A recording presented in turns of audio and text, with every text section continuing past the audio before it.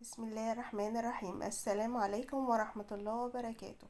تعالوا بقى اقول لكم على اسرار الكفتة، هتطلع معاكم ناجحة جدا.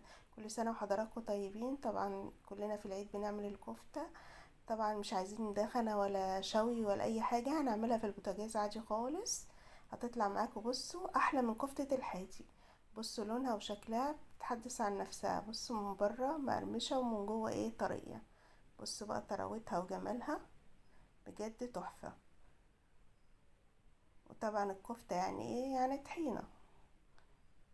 هننزل بقى في الطحينة كده وندوق بقى الجمال والعظمة دي. متنسوش بقى لايك حلو للكفتة الجميلة دي. هقول لكم بقى على كل الاسرار في الفيديو ده. يلا بينا ندخل بقى الفيديو ونشوف هنعمل العظمة دي ازاي. طبعا ومع الطحينة لازم نعمل مية السلطة الجميلة دي. لو عايزين الطريقة هسيبها لكم في صندوق الوصف يا حبايبي.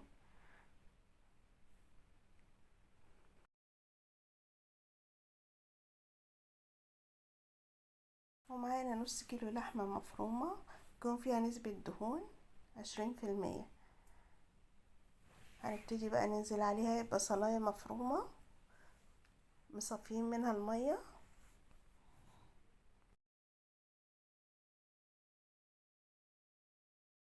وهننزل بالفلفل اسود والسبع بهارات.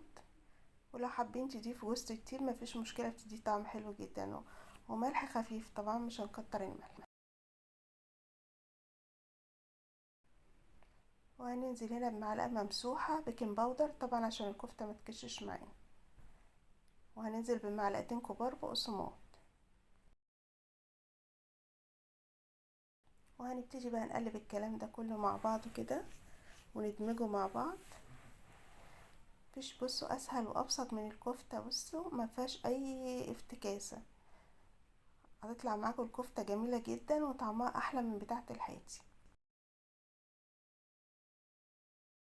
مش هنضيف لها بقى اضافات كتيره، بس كده هنقلبها بس تقليبه كده.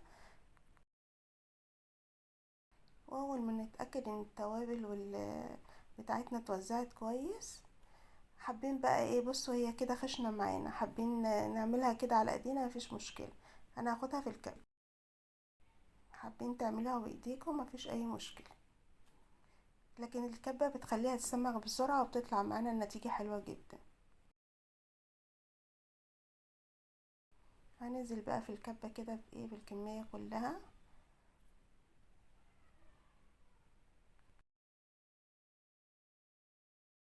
اللي هنا بقى ما ينساش اللايك يا حبايبي.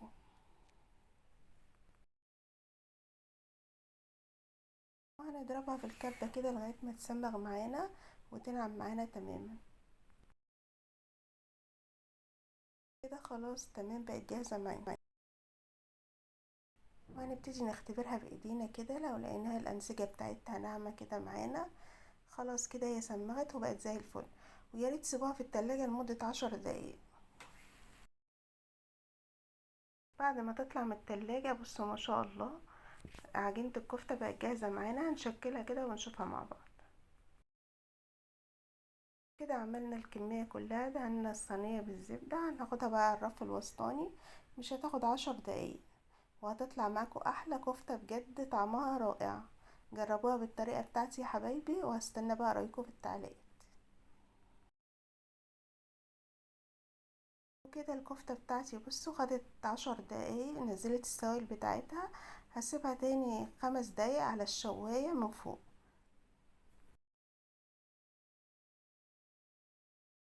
ومش هتاخد معانا اكتر من 10 دقايق يا حبايبي، هتبقى معانا تحفة جدا.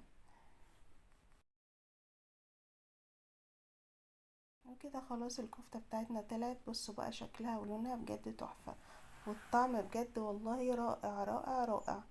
طعمها احلى من الجاز. طبعا حطينا عليها فحمية وخدنا بقى طعم الشوي الجميل من غير دخنة ومن غير شواية، بطريقة بسيطة جدا. هستنى بقى رأيكم في التعليقات، واستنوني ان شاء الله في فيديوهات جديدة. كل سنة وانتم طيبين، واشوفكم على خير، والسلام عليكم ورحمة الله وبركاته.